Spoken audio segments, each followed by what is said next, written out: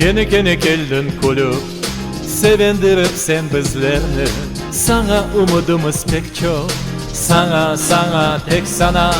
Hep isteklen yaşayımız biz, yanı omur başlayımız biz. Merhaba deyimiz sana, kolunu uzatkana.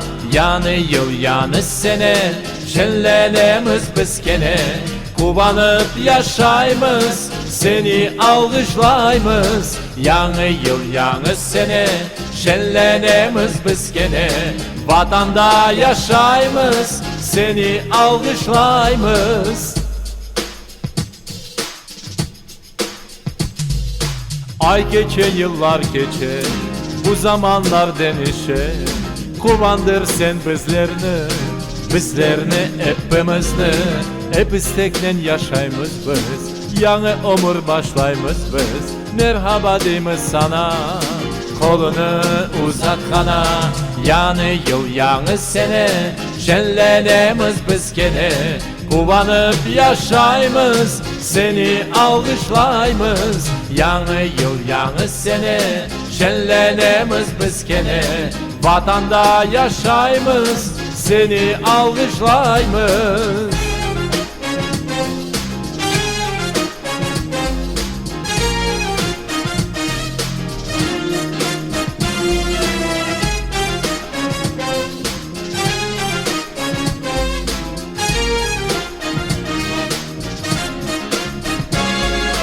Yanı yıl yanı sene, şenlenemiz biz gene.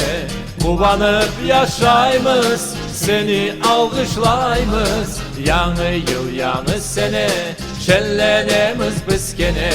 Vatanda yaşayımız, seni alkışlayımız.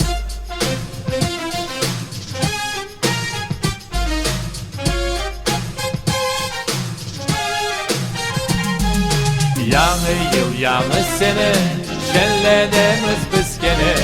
Kubanıp yaşayımız, seni alkışlayımız. Yanı yıl yanı sene, şenlenemiz biz gene.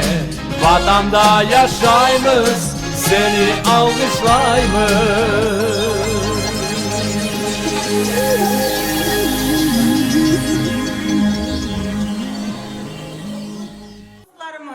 Sevimli balacıklarımız, hepinizge tekrardan hoş geldiniz dep aytamiz.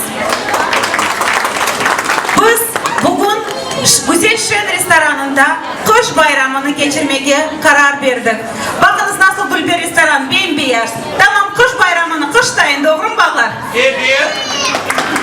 Kışta uğraşay bizim restoranımız. Ama içi sıcak. Bizim yüreklerimiz de öyle sıcak. Ve Fidançı Okudu ve İnkişaf Merkezi olarak biz birinci kere böyle bir balaban tedbir yapamız. Ve inanamız ki biz Kırım'da yaşap, vatanımızda yaşap, böyle